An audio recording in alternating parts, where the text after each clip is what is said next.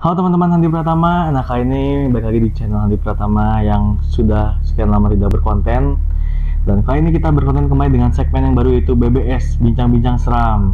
Nah, kedepannya juga kita akan menghadirkan teman-teman yang akan bercerita tentang pengalaman hal seram yang mereka alami. Dan kita akan ulas secara tuntasnya di BBS. Tunggu aja siapa aja dan apa aja yang akan diceritakan, yang pastinya seru untuk disimak.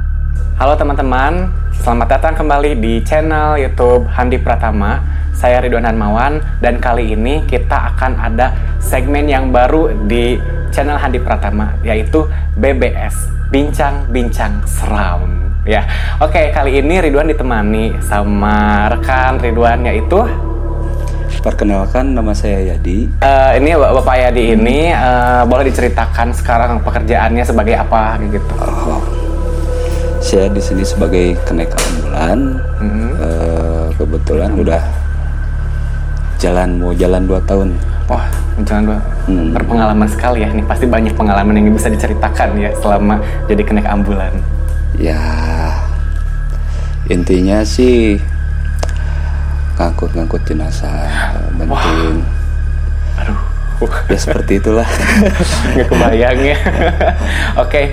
Nah, sebelum ke cerita seram-seram itu loh, kita ke pengetahuan tentang menjadi seorang kenek ambulan berarti disebutnya, atau gimana? Supir ambulan. Kenek. Oh ya, sebagai kenek ambulan gitu ya. Nah, ambulan sendiri kan ada dibagi menjadi yang ngangkutin yang sakit sama yang ngangkutin yang jenazah gitu ya. Boleh dijelaskan nggak tentang ambulan sendiri itu kayak gimana gitu? Pembagiannya atau pengertiannya boleh. Kalau saya itu dominan ke pengangkutan jenazah. Pengangkutan jenazah ya. Ya kalau yang sakit-sakit sih beda lagi mobil mungkin ya. Oh ya, sakit beda. Karena mobilnya ada 2. Oh, ada 2. Ya khusus untuk jenazah satu lagi untuk yang sakit. Untuk yang sakit. Tapi mengalami juga gitu yang dua-duanya gitu, atau cuma yang jenazah aja selama 2 tahun ini? Kayaknya yang jenazah. Yang jenazah. Ya, yang lebih luar biasa ini pasti pengalamannya gak terbayangkan. Nah, teman-teman yang penasaran, yuk kita dengerin cerita dari Bapak siapa tadi? Yadi. Pak Yadi atau gimana nyebutnya? Kang Yadi aja lah ya. Kang Yadi aja. Biar lebih akrab. Oke, Kang Yadi ya. Nah, tapi sebelum jadi kenek ambulans, kan tadi selama 2 tahun, sebelumnya ada pekerjaan lain atau gimana? Sebelum menjadi kenek ambulan tuh saya kerja di suatu perusahaan, tapi bisa dikatakanlah di dunia pendidikan. Pendidikan. Kebetulan saya yang jaga. Oh ya, kenapa ya? Jaga bangunan.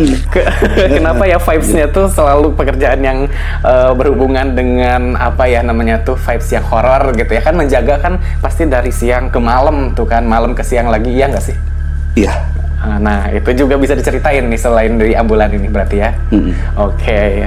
Tuh udah penasaran nih berarti netizen ya. Cepet dong ini ceritain gimana nih pengalaman sebagai kenek ambulan tuh kayak gimana, pernah terjadi apa aja kayak gitu. Nah, pasti hubungan dengan jenazah, dengan yang yang meninggal kayak gitu, membawa jenazahnya. Kalau yang Ridwan pikirin sih pasti ada pengalaman-pengalaman yang di luar logika yang bisa diceritain, ya nggak sih? Ada. Iya nih, penasaran. Coba boleh deh kalau misalnya mau disusun atau ngacak, boleh pengalaman yang tak terlupakan atau terseram Kang Yadi sendiri selama jadi kenek ambulan. Tapi sebelumnya saya mau cerita dulu nih ya, sebelum saya kerja di ambulan, pengalaman saya di menjadi kenek ambulan. Oke, boleh. Pernah punya pengalaman seperti ini, Kak.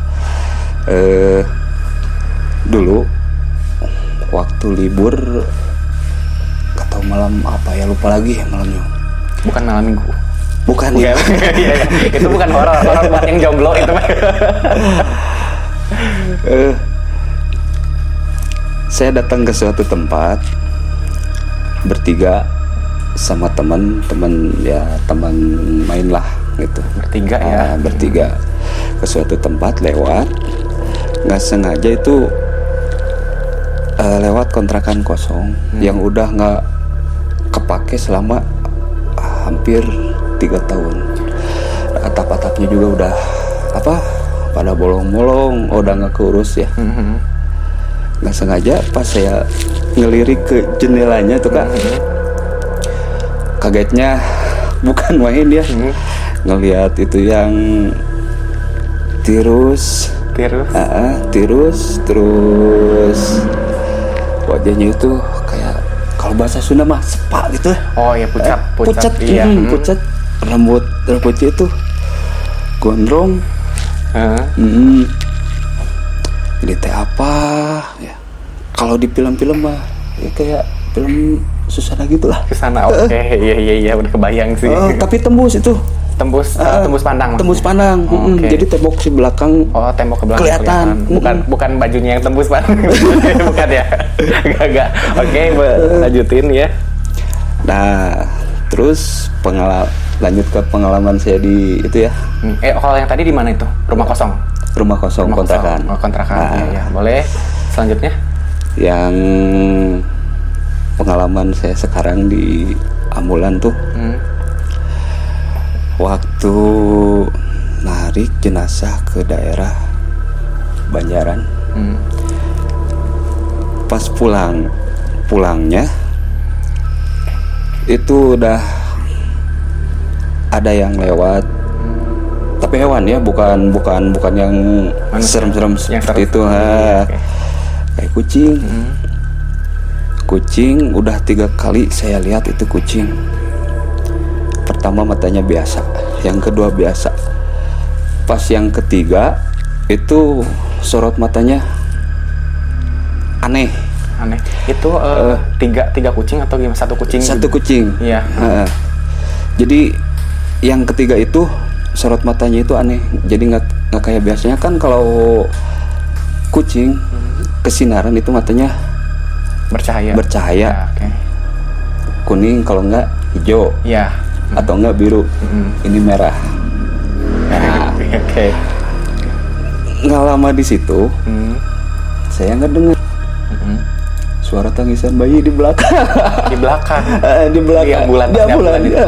Di dalam ambulan di belakang kan saya duduk sama supirnya tuh di depan tuh. Saya kaget. Saya tanya ke supirnya, kamu dengar nggak? Dengar apa? Ya udah. Dikip dulu aja. Dikip dulu.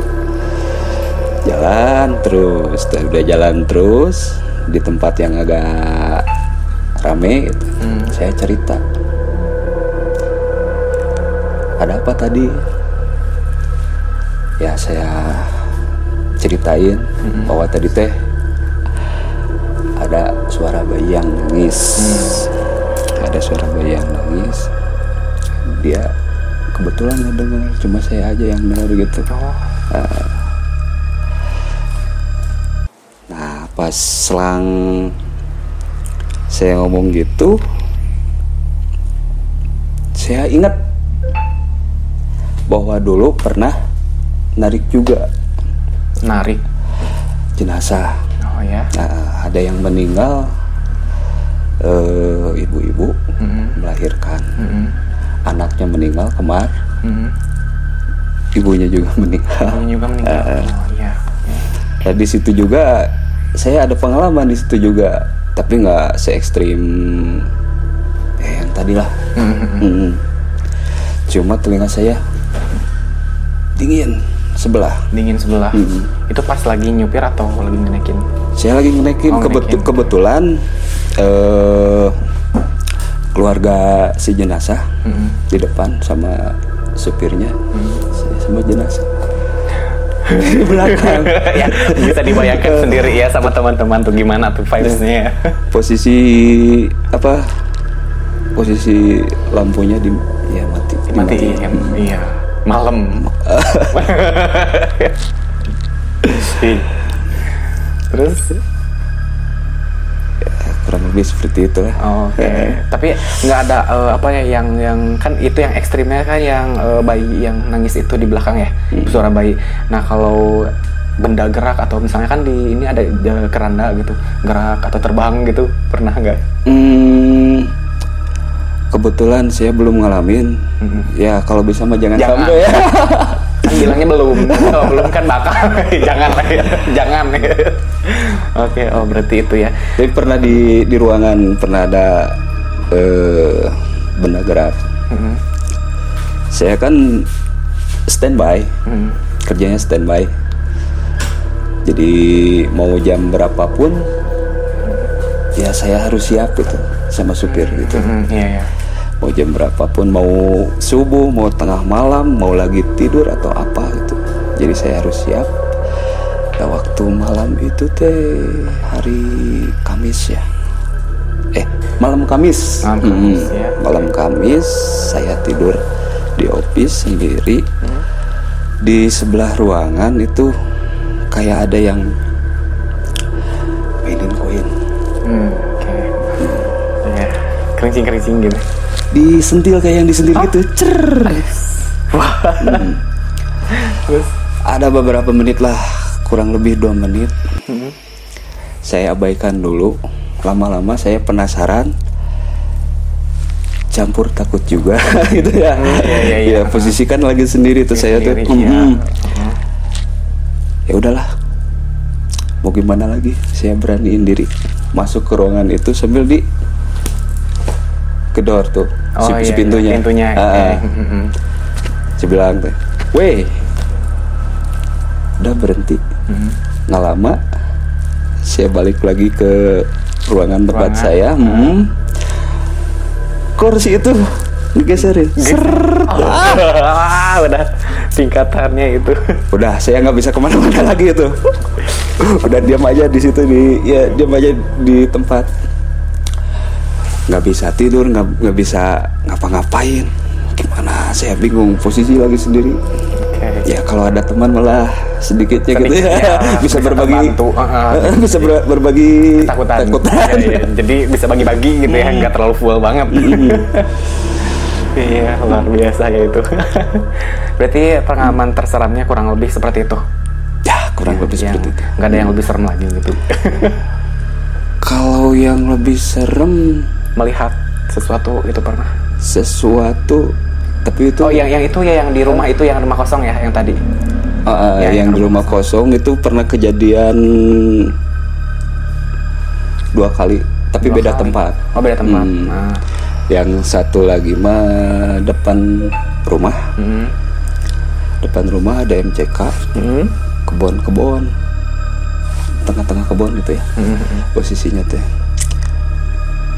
sekitar jam 9, masih sore lah, katakan masih sore. Kalau menurut saya mah, tapi ngobrol berdua sama teman tuh. Ada yang keluar dari WC, ngelayang, tapi posisinya itu nggak ngadep ke depan, tapi ngebelakangin, ngelayang gitu. Teman saya juga ngeliat itu. Oke, ya. Nah, dan sekarang juga ada fenomena yang bukan disebut aneh kalau orang awam aneh gitu ya, tapi ini adalah hal yang berupa pengetahuan juga ya teman-teman. Ada perbedaan fluktuasi atau perbedaan suhu, dimana ketika Ridwan sekarang, Ridwan nggak keringetan sama sekali kan, Mas Yadi ini keringetan banget nih gitu. Jadi kalau yang Ridwan perhatikan memang di sini lagi deket nih sama Kang Yadi gitu. Jadi ada yang memang mau menyampaikan pesan ke Kang Yadi, karena sebetulnya kalau Ridwan lihat sih dari warna auranya cenderung ada warna keunguan kayak gitu. Nah, keunguan itu bisa didapatkan dari memang bawaan lahir, memang karena bersentuhan terlalu banyak juga bersentuhan dengan hal-hal yang bersifat supranatural, energi-energi yang tidak terlihat kayak gitu. Nah, jadi ibaratnya bisa dikatakan bahwa Kang Yadi ini sensitif sebetulnya gitu ya, sensitif. Jadi kalau ketika yang seperti itu bertemu dengan orang yang sensitif, biasanya ingin menyampaikan sesuatu. Nah, kebetulan kalau bahasa Sundanya Kang Yadi ini adalah lempeh yuni biasanya gitu. Suka ngerasa ini nggak sih, apa namanya, ketika udah bawa jenazah gitu, kayak ngerasa ada yang ngeganjal gitu di hati gitu, yang ini kenapa, atau kayak ngerasa ada yang menyampaikan pesan gitu, pernah nggak sih? Kayaknya sih belum pernah kayak gitu. Atau pernah gini nggak sih, misalnya udah bawa jenazah, malamnya kemimpiin gitu. Biasanya sih suka ada yang kayak gitu. Kemimpiin juga enggak sih. Enggak ya, jangan ya.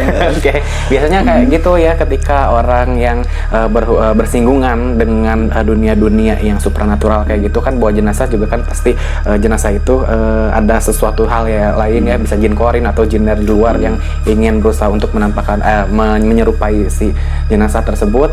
Itu kan sering bersinggungan sama Kang Yadi. Nah itu biasanya sih bisa lebih sensitif, jadi bisa tahu nih di jenazah itu apa yang mau disampaikan ketika hidupnya kayak gitu, seperti itu biasanya sih gitu. Nah kalau belum ya selamat lah gitu. Nggak usah ya, karena memang serem gitu. Yang Ridwan sering denger cerita-cerita yang bawa ambulan, kenek ambulan kayak gitu ya, ekstrim banget gitu. Dari dia malamnya suka kemimpiin ingin nyampein sesuatu, atau kerandanya yang gerak-gerak, kerandanya yang terbang gitu.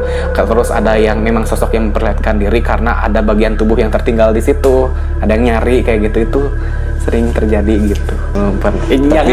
Tapi kalau supirnya itu pernah cerita ke saya. Ya, nah itu gimana? Dia pernah ngalamin seperti itu. Ya, yang mana nih yang ngalaminnya?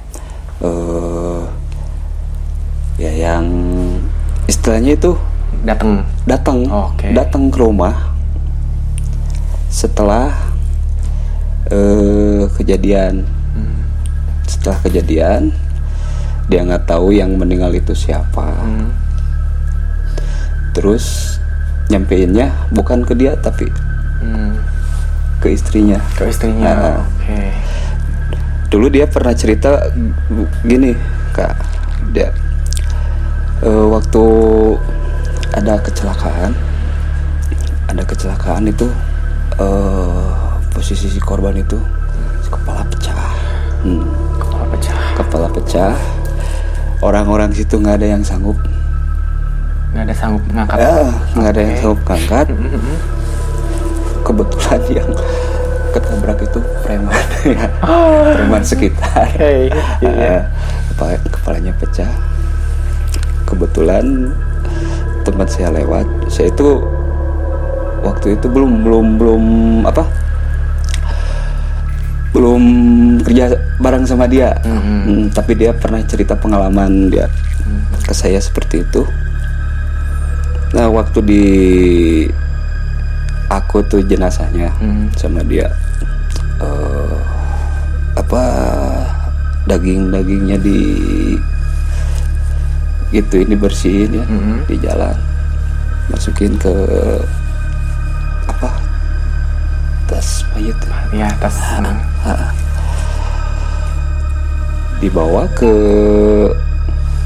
rumah sakit, terus dihubungin keluarganya.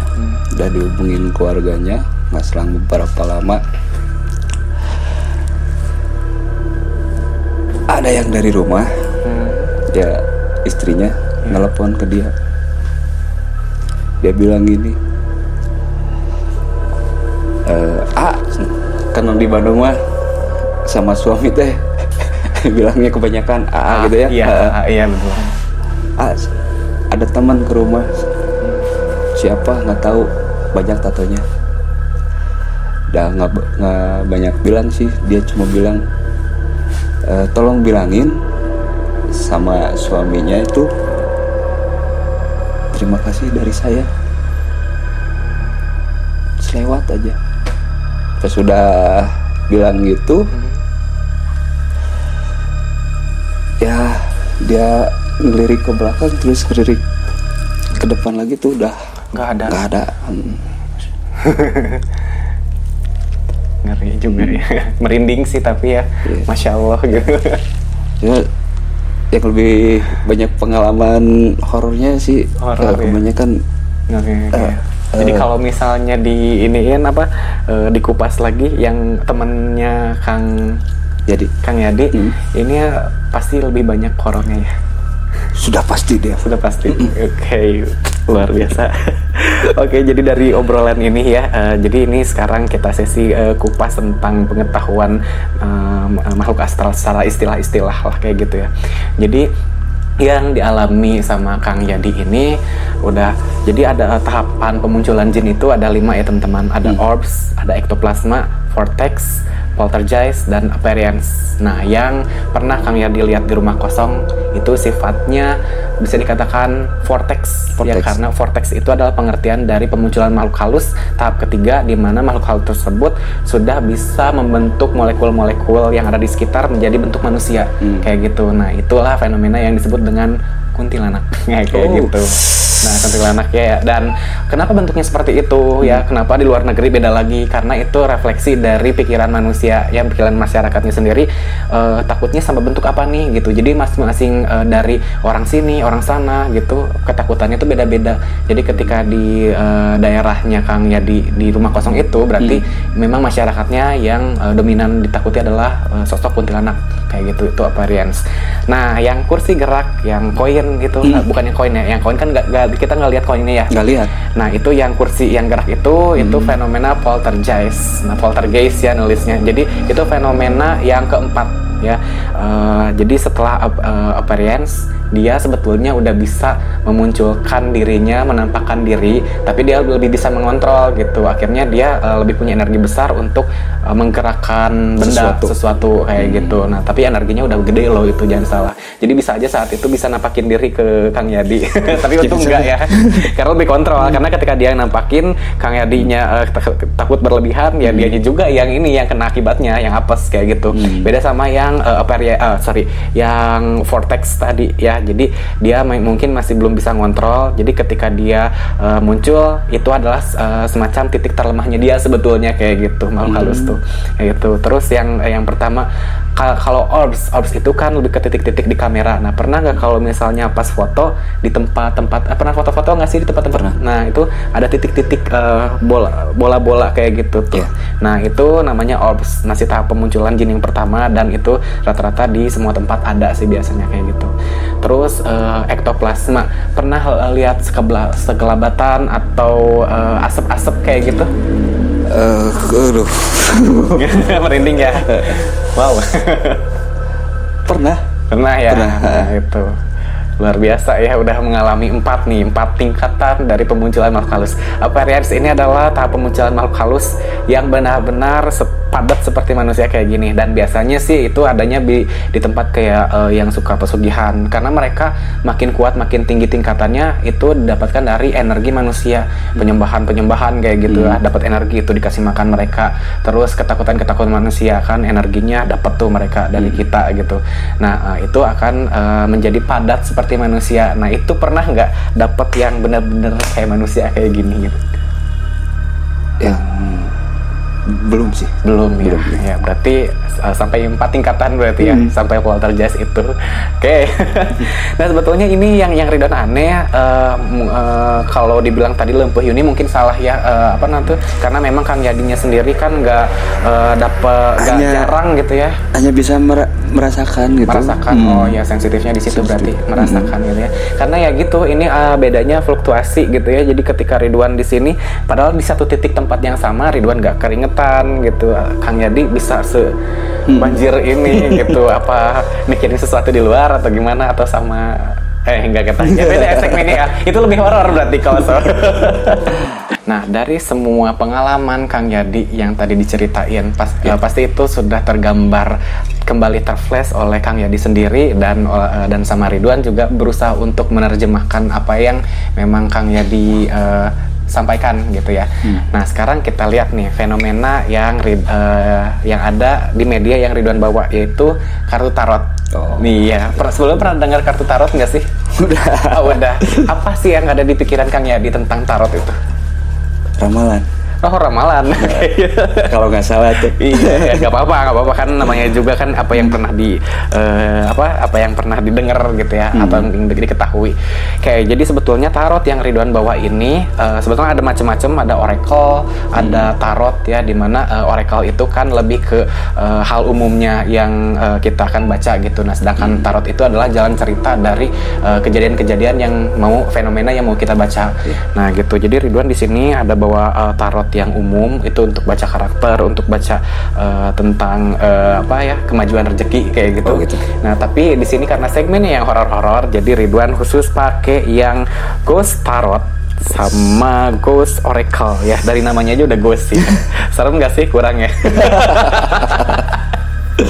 Oke, kita ke Ghost Oracle dulu ya, tentang cerita-cerita dari Kang Yadi sendiri. Ceritakan sebetulnya ada yang mau ditanyain nggak sih kira-kira dari pengalaman horor itu, apa saya diikutin atau apa sebetulnya saya sensitif atau gimana gitu, yang penasaran di dalam horor. Yang penasaran di dalam horor itu ya, apakah saya diikutin atau enggak? Untuk saat ini ya. Untuk saat ini. Nah di sini tadi kan Ridwan udah bilang bahwa Kang Yadi bertemu dengan fenomena vortex ya gitu. Jadi di sini ada keluar vortex. Ini sosok yang dari tadi ada di belakang Kang Yadi, ya. Gitu. Kang Yadi sendiri tapi biasanya sih ada yang memang dia ketika dideketin makhluk halus ada yang merinding, ada yang biasa aja. Biasa aja. Nah kalau Kang Yadi sendiri dari tadi gimana yang Kang Yadi rasain? Yang saya rasain itu kayak ada perasaan sedih. Sedih, oke, iya. Nah ini yang perasaan sedih ini adalah dengar suara. Sebenarnya dari kemarin sih. Oke, iya. Sedih dari perempuan ini ya, kalau kebaca di kartunya sih. Tuh, merinding. Ya, oke. Nah, di sini ada Zing ya.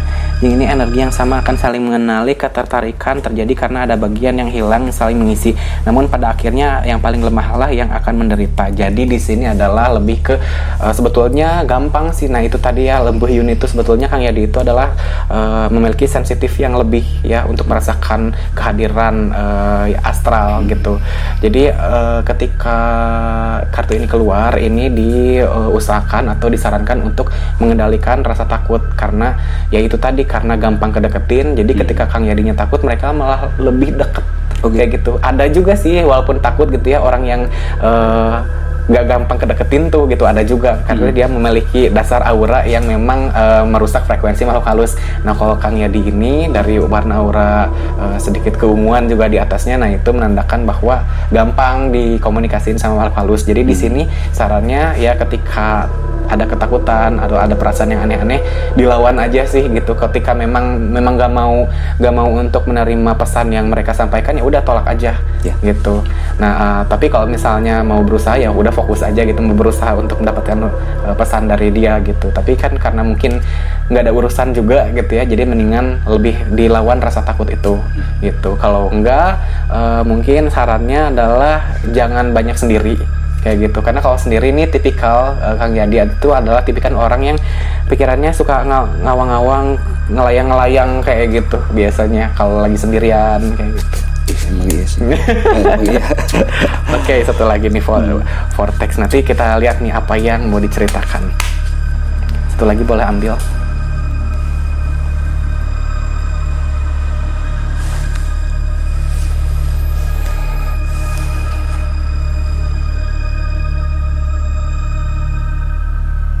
Oke, nah ini masih berhubungan dengan batin.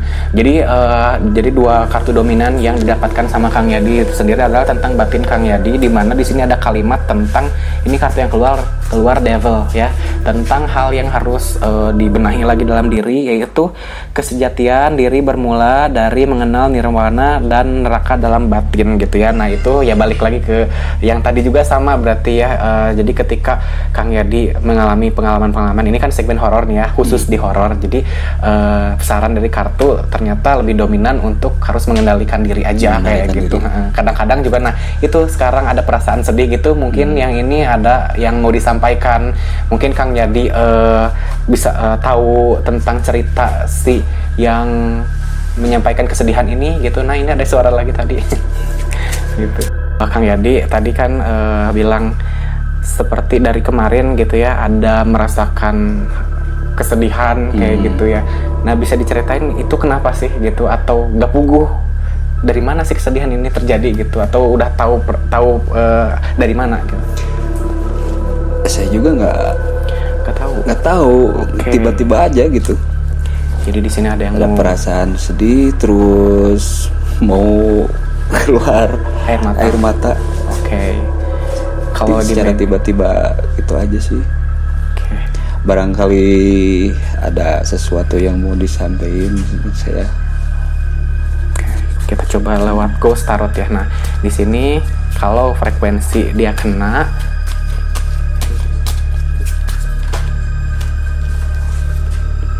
tuh tadi yang di Ghost Oracle yang keluar vortex perempuan kan, di sini the High Priestess perempuan juga yang ingin menyampaikan sesuatu. Kita lihat fenomena apa atau kejadian apa yang ada di masa lalunya. Assalamualaikum, perkenalkan nama saya Ridwan. Saya ingin tahu, katakan apapun yang ingin dikatakan yang tadi ada di belakang Kang Yadi dari tadi. Katakan apa yang ingin dikatakan, sampaikan apa yang ingin disampaikan. Apakah kamu yang kemarin ada di saat astagfirullahaladzim.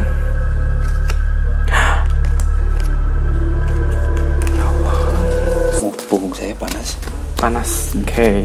Kalau misal mau dimasukin boleh. Kita coba ya. Kang Yadi rasakan apa saja yang Kang Yadi rasakan. Ini nggak akan berakibat fatal kok, karena dibentengin juga gitu ya. Tapi Ridwan sambil ceritakan apa yang mau dia sampaikan. Jadi jangan jadi kalau misalnya mau nangis jangan ditahan ya. Ini Ridwan yang ceritakan ya, Ridwan yang sebagai mediatornya gitu. Tapi lewat Ghost Tarot. Tapi Kang Yadi yang rasakan apa yang dia rasakan gitu ya. Oke. Perempuan ini adalah salah satu korban yang menginginkan keadilan, the High Priest, menginginkan keadilan dan ketenangan dari kesepian, dari kesedihan tentang masa lalunya selagi masih hidup. Ini korinnya, jin korinnya yang menceritakan si perempuan ini bahwa dia menjadi korban diracun. Korban diracun. Kasihan banget.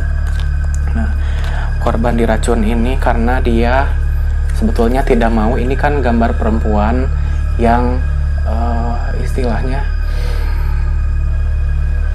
dia dipaksa untuk menggugurkan kandungan oleh The Emperor, oleh laki-laki yang udah menodai perempuan ini gitu. Nah, jadi dipaksa untuk menggugurkan tapi nggak mau, dan akhirnya karena nggak mau, si laki-laki ini nggak mau bertanggung jawab, jadi dia meracuni si perempuan ini gitu. Dan si perempuan ini sebetulnya hanya minta diceritakan, minta didoakan agar dia bisa kembali ke tempat seharusnya dia berada, kayak gitu ya kan. Jadi mungkin pernah bawa jenazah yang korban racun gitu. Korban racun kebetulan saya belum. Tapi ada bercerita. Ada cerita di sebelum bangunan sini baru pindah. Di bangunan sebelumnya ada cerita pernah ada yang dibunuh di sana, diracun. Tapi dengar cerita aja. Dengar cerita dari masyarakat sekitar. Oh, ceritanya secara langsung ngobrol langsung sama masyarakatnya. Oke. Ya berarti saking gede energinya, energi nginginin keadilan gitu ya, pengen keadilan sih, kayak dia tuh ngerasa nggak adil, kenapa hidup dia bentuknya harus seperti itu gitu. Aduh. Jadi ya pesan juga gitu ya, ini pesan secara moral juga buat kita semua, terutama kita sebagai laki-laki, kita harus menjaga kehormatan perempuan gitu ya, jangan sampai kejadian yang kayak gini terjadi gitu. Ini Ridwan buka sesuai kartu aja gitu ya, kejadian si perempuan ini ingin menceritakan sesuatu gitu. Nah ini ya pesan moral juga gitu buat kita gitu. Jadi jangan sampai dia jangan sampai kejadian yang sama terulang seperti saya kayak gitu. Yang jadi pertanyaannya itu kenapa harus saya gitu? Karena sensitif dan sebetulnya dia mengharapkan pada dasarnya gitu ya, kalau dari aura Kang Yadi ini bisa berkomunikasi dengan dia dan bisa dapat pesan dari dia gitu, tapi karena penolakan dan rasa takut dari Kang Yadi sendiri, kekhawatiran dari Kang Yadi sendiri, takut terjadi sesuatu, nah itu juga bisa jadi benteng sebetulnya. Ya memang nggak ada urusan sama Kang Yadinya sendiri gitu, tapi ya kasihan sih gitu. Dan ya tadi ada perasaan mau sedih gitu atau gimana? Ya udah apa? Udah legowo atau gimana? Nggak ketahan sih. Nggak ketahan, oh. Ya padahal mah nangis aja gak? Karena ya jadi ya si energinya masuk keluar. Nah itu memang tidak mudah sih sebetulnya kalau misalnya ada penolakan dalam diri gitu ya. Nah itu juga bisa jadi pesan buat kita semua ketika kita tidak mau ditembus oleh sesuatu yang gaib atau astral yang negatif ya, kita juga harus menolak itu dengan berperilaku positif kayak gitu teman-teman. Nah gitu. Nah jadi ya inilah yang bisa kita pelajari gitu ya tentang makhluk khas dari bincang-bincang serem ini, tentang pengalaman Kang Yadi di sebagai kenek ambulan, terus pengetahuan istilah-istilah tentang makhluk astral sendiri. Jadi Kang Yadi tahu apa yang harus Kang Yadi lakukan ketika Kang Yadi mendapatkan rasa atau hawa yang takut gitu ya. Nah dengan fenomena mediasi tadi gitu ya, fenomena mediasi tapi yang nggak lolos gitu untuk masuknya gitu ya, karena penolakan. Nah tapi itu ceritanya kurang lebih kayak gitu. Yang perempuan tadi nggak tahu sih datangnya dari mana gitu ya, cuma menceritakan ini gitu. Ketika udah diceritakan, mereka tuh sebetulnya ya penampakan yang ada itu nggak melulu tentang nggak melulu tentang tentang ulang-ulang.